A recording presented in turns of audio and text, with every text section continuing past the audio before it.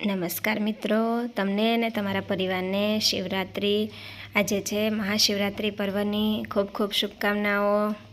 આજે આપણે આવી ગયા છીએ મહાશિવરાત્રિના મેળાની અંદર કે જે પાલીતાણાથી નજીક એ નાનીમાળ ગામે સ્થિત 12 જ્યોતિર્લિંગ નું મંદિર છે। ત્યાં આગળ આપણે બધા આવી ગયા છીએ। દર્શનાર્થીઓની ભીડ તમે જોઈ શકો છો મિત્રો। અહીંયા આગળ એ સરસ મજાના 12 જ્યોતિર્લિંગના એ મંદિર છે અને આજે મહાશિવરાત્રિ પર્વ નિમિત્તે બધા જ દર્શનાર્થીઓ, બધા જ લાભાર્થીઓ છે એ શંકર ભગવાનને એ પ્રસન્ન કરવા માટે આજે બધા એ ઉમટી પડ્યા છે અને અમે લોકો પણ બાળકો સાથે એ અહીંયા નાનીમાળ મુકામે આવી ગયા છીએ। અહીંયા આગળ સરસ મજાનો એ કુંડ પણ તમે જોઈ શકો છો અને થોડું ઘણું રિનોવેશન કામ પણ અહીંયા શરૂ છે મિત્રો। અને સાંજના ટાઈમે અહીંયા ભજનનો દાયરો પણ થવાનો છે। અમે સાંજે તો નહીં રોકાઈએ પણ દર્શને અચૂક આવ્યા છીએ, તો તમે પણ દર્શનનો લાભ લ્યો મિત્રો। મહાશિવરાત્રિ પર્વની ફરીને આપ સર્વે મિત્રોને ખૂબ ખૂબ શુભકામનાઓ।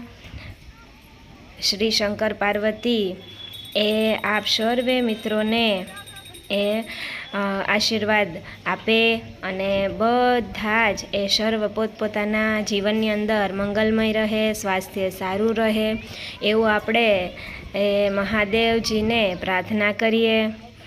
અમારા મન્નતબેન ને કેવિનભાઈ આવી ગયા છે મેળામાં અને તે લોકોને બહુ આનંદ આવે છે। આટલા બધા લોકોને જોઈને એ આનંદિત થઈ ગયા છે। સરસ મજાના એ બંને બાજુ ગાયની મૂર્તિઓ છે અને વચ્ચે એ સરસ મજાના એ જ્યોતિર્લિંગના મંદિરો છે અને એકદમ સરસ મજાની ગ્રીનરી, વૃક્ષોની વચ્ચે આ મંદિર આવેલું છે। તમે પણ જો નાનીમાળ આવો અથવા પાલીતાણા આવો તો એ અહીંયા આગળ દર્શનનો લાભ લેજો મિત્રો। આપણે આમ તો બિઝી લાઈફમાં ક્યારે ફ્રી થતા નથી, પણ આપણે ઈશ્વર માટે થોડો ઘણો સમય કાઢવો જ પડે છે। એ ઈશ્વર કરતાં પણ આપણે પોતાની માટે કાઢીએ છીએ, કેમ કે આપણું મન એ શાંત હશે તો આપણે આપણું કામ સારી રીતે કરી શકશું। તો આવો સરસ મજાનો લાભ અમને મહાશિવરાત્રિ પર્વની અંદર મળ્યો। તો મિત્રો આજે હું આપના લોકોને નીરદ મહેતા સાહેબની એ શંકર ભગવાનની એક કવિતા સંભળાવવા માગું છું કે નકામા તંત તોડીને શિવોહમ નાદ ગજવી દે, નકામા તંત તોડીને શિવોહમ નાદ ગજવી દે, બધાએ સંત છોડીને શિવોહમ નાદ ગજવી દે, બધાએ સંત છોડીને શિવોહમ નાદ ગજવી દે। નથી મુંડન કરાવીએ કાંઈ પણ વળતું, નથી મુંડન કરાવીએ કાંઈ પણ મળતું, ખરેખર તો અહમનું શિર બોળીને શિવોહમ નાદ ગજવી દે, ખરેખર તો અહમનું શિર બોળીને શિવોહમ નાદ ગજવી દે। બધા તારા હઠગ્રહને સમજ શ્રીફળ, બધા તારા હઠગ્રહને સમજ શ્રીફળ અને પ્યારા સમયસર એ જ ફોડીને શિવોહમ નાદ ગજવી દે। અનુભૂતિએ ના મંદિર ન કોઈ મસ્જિદે મળશે, અનુભૂતિએ ના મંદિર ના મસ્જિદે મળશે, હૃદયમાં ડૂબ દોડીને શિવોહમ નાદ ગજવી દે, હૃદયમાં ડૂબ દોડીને શિવોહમ નાદ ગજવી દે। તો મિત્રો આવી સરસ મજાની એ કવિતા છે એ ભગવાન શિવ તરફ આપણને દોરી જાય છે। અહીંયા આગળ ખોડિયાર માતાજીનું મંદિર પણ છે સરસ મજાનું અને અહીંયા સંતશ્રી એ એમના પણ આપણને આશીર્વાદ એ મળ્યા છે અને એ ત્યાં આગળ એ તેમની પ્રસાદી પણ એ ગ્રહણ કરે છે જો મારા મન્નતબેન અને કેવિનભાઈ।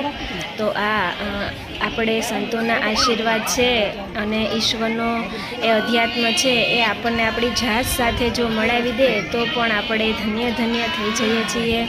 અને આવા પર્વે એ આપણે એ અચૂક એ ભગવાન સુધી તો ન પહોંચી શકાય, પણ એ સુધી આપણે જો એક બે ડગ માંડીએ તો પણ એ ખરેખર આપણું જીવન મિત્રો ધન્ય છે એવું આપણે માની શકીએ।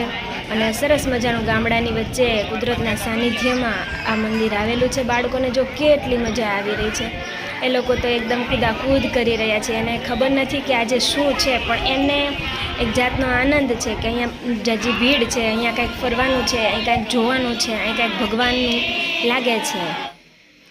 તો અહીંયા આગળ એ સરસ મજાના સિંહની પ્રતિમા છે અને માં ખોડિયાર એ બિરાજમાન છે. તો એમના પણ અમે લોકોએ એ આશીર્વાદ લીધા, દર્શન કર્યા.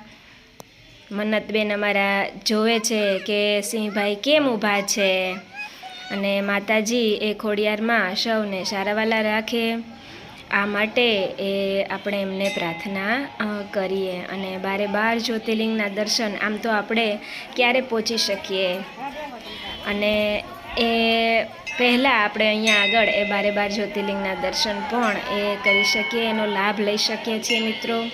તો તમે આ પાલીતાણા તાલુકામાં આવો તો અહીંયા આગળ મંદિરે દર્શન કરવા પધારજો.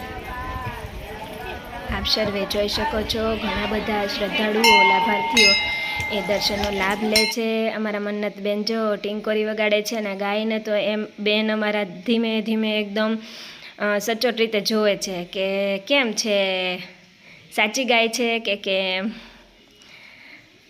અને અહીંયા આગળ કીર્તનનો પણ ઘણા બધા શ્રદ્ધાળુઓ લાભ લે છે.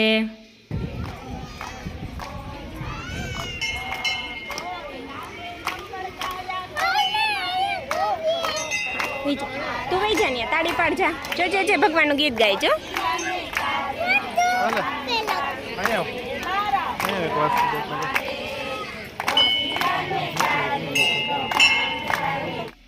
મિત્રો અમારા મન્નતબેનને ધૂળમાં રમવાની પણ એકદમ મજા આવી ગઈ છે.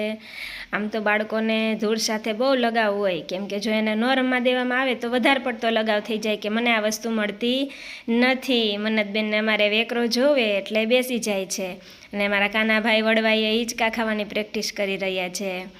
એટલે આમ તો જો બાળકને ગામડાનું જીવન જીવવા મળે તો એને આપણે જમીન સાથે ચોંટેલા રહે છે બાળકો. કહેવાનો મતલબ કે આપણે આ માટી સાથે જો જોડાયેલા રહીએ તો એ જો ગામડાનું જીવન કેટલું સુંદર છે. સરસ મજાનું બળદગાડું જાય છે, અને આપણને આ સરસ મજાનો લાભ મળ્યો એ માટે આપણે શ્રી શંકર પાર્વતીજીને, મહાદેવજીને એ ખૂબ ખૂબ ધન્યવાદ માનીએ છીએ કે આવું સરસ મજાનું જીવન આપ્યું અને અમને લોકોને આ બધો લાભ મળ્યો. ત્યાં આગળ છે એ બહુ બધા શ્રદ્ધાળુઓ છે. જો તમે જુઓ છો વાહનની ટ્રાફિક, નાનું એવું ગામ છે. અમે તો લોકો તો સાંજના સમયે ગયા હતા એટલે થોડીક ટ્રાફિક ઓછી થઈ ગઈ છે, પણ હજી પણ ઘણા બધા લોકો એ અમારા લોકોની જેમ જો દર્શન પણ કરે છે અને થોડો ઘણો નાસ્તાનો પણ આનંદ લે છે મિત્રો. તો લાઈક કરો, શેર કરો, સબસ્ક્રાઈબ કરો, અને હર હર મહાદેવ.